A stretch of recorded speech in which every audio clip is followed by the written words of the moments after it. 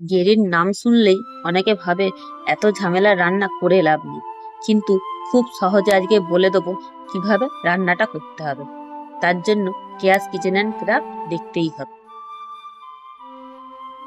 প্রথমেই গ্যাস জেলে কড়াতে সর্ষের তেল গরম করতে বসিয়ে দিয়েছি। একটু তেলটা পরিমাণে বেশিই ছিল। তারপর তাতে 1 চামচের মতন চিনি ক্যারামেল হওয়ার জন্য দিয়ে দেওয়া হলো। যতক্ষণ না চিনিটা ক্যারামেল হচ্ছে ততক্ষণ কিন্তু আমি তাতে কিচ্ছু ফোড়ন দিইনি। দেখো চিনিটা কিন্তু ক্যারামেল হয়ে গেছে। এবার সেটাকে কড়াইয়ের সাইডে চাড়িয়ে দেওয়া হলো। তারপর তাতে আমি ফোড়নটা দেবো। কি কি ফোড়ন দেবো? গোটা গরম মশলা, গোটা জিরে, শুকনো লঙ্কা। এটা ফোড়ন দেওয়ার পর আমি একটা এক্সট্রা জিনিস ফোড়ন দিয়েছিলাম, যা কেউ দেয় বলে আমি তো শুনিনি, কিন্তু আমি তাতে ফোড়ন দিয়েছিলাম রাঁধুনি। তা দিলে কিন্তু সেন্টটা খুব সুন্দর ছাড়ে। যে কোনো রান্নাতে রাঁধুনি ফোড়ন দিয়ে দেখবে হেব্বি সুন্দর গন্ধ ছাড়ে। তারপরে আমি যে আলুগুলো ডুমো ডুমো করে কেটে রেখেছিলাম সেই আলুটা দিয়ে দিলাম। দুটো বড় সাইজের আলু কিন্তু আমি কেটে রেখেছিলাম। তো সেই আলুটা ভাজতে বসালাম, কিন্তু খুব বেশি ভাজবো না, অল্পক্ষণে ভাজবো। আর ভাজার টাইমে আমি দেখো দুটো বড় সাইজের পেঁয়াজ, 3-4টে টমেটো, ঝালের জন্য কাঁচা লঙ্কা, যে যেরকম ঝাল খাও সেরকম, আর এটা একটু ঝালঝালি ভালো লাগে, আর আদা রসুন ছাড়িয়েই রেখেছিলাম। তা সব একসঙ্গে নিয়ে কিন্তু আমি মিক্সি করে নিয়েছি। আলাদা আলাদা করে বাটার বা আলাদা আলাদা করে মেশানোর কোনো ব্যাপার নেই, সব একসঙ্গে দিয়ে চটজলদি রান্নাটা সারতে হবে। তো সেই হিসাবে সব একসঙ্গে মিক্সি করে নিয়ে আলুটা খুব বেশি ভাজবো না বলেইছি, হালকা লাল লাল হয়েছে তখন ওই মিক্সি করা মশলাটা দিয়ে দিলাম, মানে যা আমি মিক্সি করেছিলাম সেটা আমি দিয়ে দিলাম। দিয়ে আলুটাকে ভালোভাবে মিশিয়ে দেবো মশলার সঙ্গে। আর পুরোটাই কিন্তু হবে লো ফ্লেমে।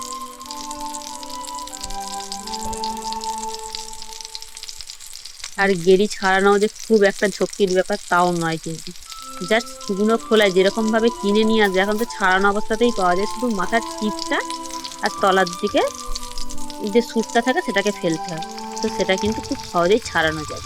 আর এতে কিন্তু আমি খুব বেশি জিনিস মশলা দিইনি, যেহেতু আগেই দেখিয়ে দিলাম কি কি দিয়েছি। তার সঙ্গে শুধু জাস্ট নুন, হলুদ, জিরে গুঁড়ো, ধনে গুঁড়ো আর হচ্ছে কাশ্মীরি লঙ্কা গুঁড়ো 1 চামচ করে দিয়েছি।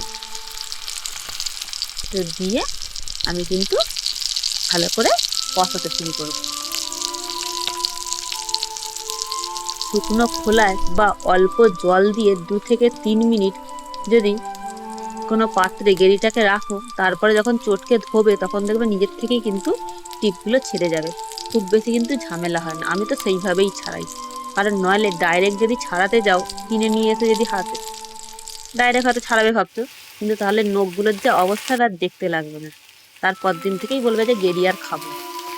তার জন্য জাস্ট একটু শুকনো খোলায় নাড়িয়ে নিলেই কিন্তু খুব তাড়াতাড়ি গেরিটা তোমার ছাড়ানো হয়ে যায়।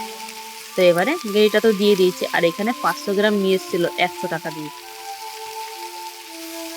তাহলে বলো, 100 টাকার জিনিস একটু যদি কষ্ট করে ছাড়িয়ে রান্না করে নাও, তাহলে কিন্তু মানে খাবারটা দুর্দান্ত হবে। তাহলে এবার এটাকে ভালো করে মিশিয়ে নিয়ে আস্তে আস্তে কিন্তু কষাতে হবে লো ফ্লেমে। আবার কিন্তু ঢাকা দিয়ে দিই যাতে গেরিটা সিদ্ধ হয়, কারণ গেরি তো আমি আলাদাভাবে কিছু সিদ্ধ করিনি।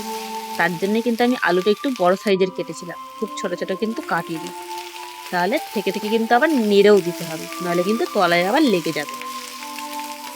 আর লো ফ্লেমে যে রান্না হবে, লো ফ্লেমে রান্না করতে কষ্ট কিন্তু খুব বেশি হয় না। গ্যাসটা কমিয়ে দিয়ে অন্য কিন্তু কাজও সারা যাবে, কারণ সেটা তার নিজের মতনই হবে, কিন্তু থেকে থেকে খেয়াল রেখে নাড়িয়ে দিতে হবে ঢাকনা দিয়ে।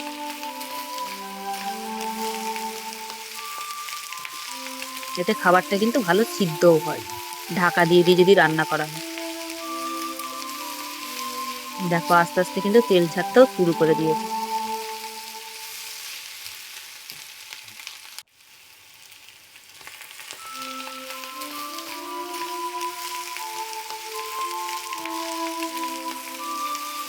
আর আগে যেরকম পুকুর থেকে তুলে নিয়ে আসো, তারপরে খোলা থেকে বার করো, তারপরে আবার টিপ ছাড়াও, এখন তো আর সেরকম না, এখন বাজারেই কিনতে পাওয়া যায়। তো সেই হিসাবে শুধু টিপ ছাড়ানোটাই গল্প। তাই টিপটা ছাড়ানোর জন্য এই প্রথমেই বললাম শুকনো খোলায় নাড়িয়ে নিলেই কিন্তু টিপটা খুব তাড়াতাড়ি ছেড়ে যাবে। আর সঙ্গে কিন্তু একটু নুন দিয়ে ভালো করে ধুতে হবে কিছুক্ষণ সময় নিয়ে, তাহলে কিন্তু আর কিচকিচ যে ভাবটা থাকে সেই কিচকিচ ভাবটা থাকবে। তো দেখো তেল কিন্তু ছেড়েছে, এখনো কিন্তু আমি জল দিইনি, আবার কিন্তু আমি ঢাকা দিতে নেই।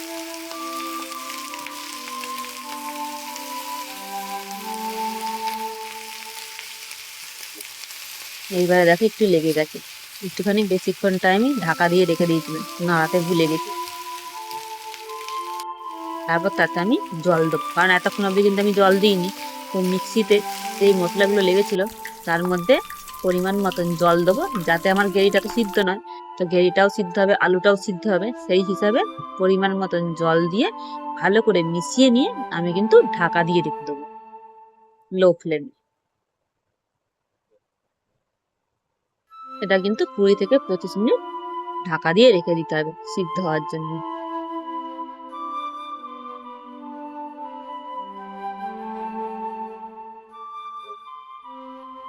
তারপরে ঢাকনা সরাতেই কিন্তু রেডি হয়ে যাবে গেড়ি গুগলির ঝাল, যা কিন্তু রুটি, মুড়ি, ভাত যে কোনো জিনিসের সঙ্গে কিন্তু হেব্বি যাবে। আর আলুটা কিন্তু আমি খুব বেশি ভাটিনি, যেরকম ডুমো ডুমো রেখেছিলাম সেরকমই কিন্তু থাকবে, তাহলে কিন্তু দেখতেও খুবই সুন্দর লাগবে।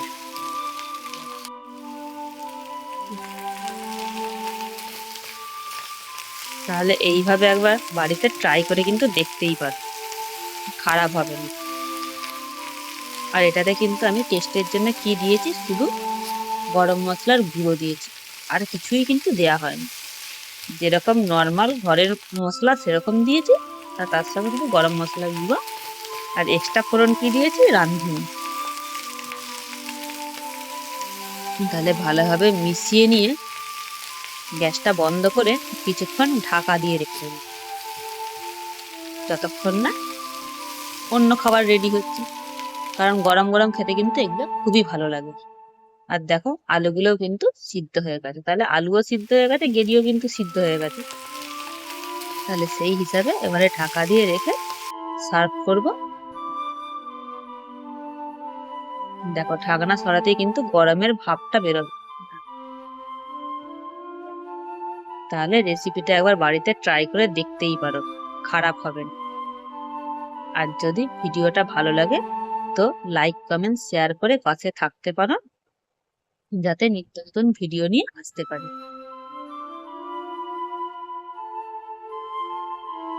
আর এই রেসিপিটা হলে আমাদের বাড়ির সবাই কিন্তু আঙুল চেটে পুটেই খায়, কারণ সব সময় তার করে ওঠা সম্ভব হয় না, মাঝে সাঝেই করা হয়, কারণ বাজারে সকাল সকাল না গেলে এই জিনিস পাওয়াও যায় না। তাই কেমন হয়েছে কিন্তু পারলে জানেন।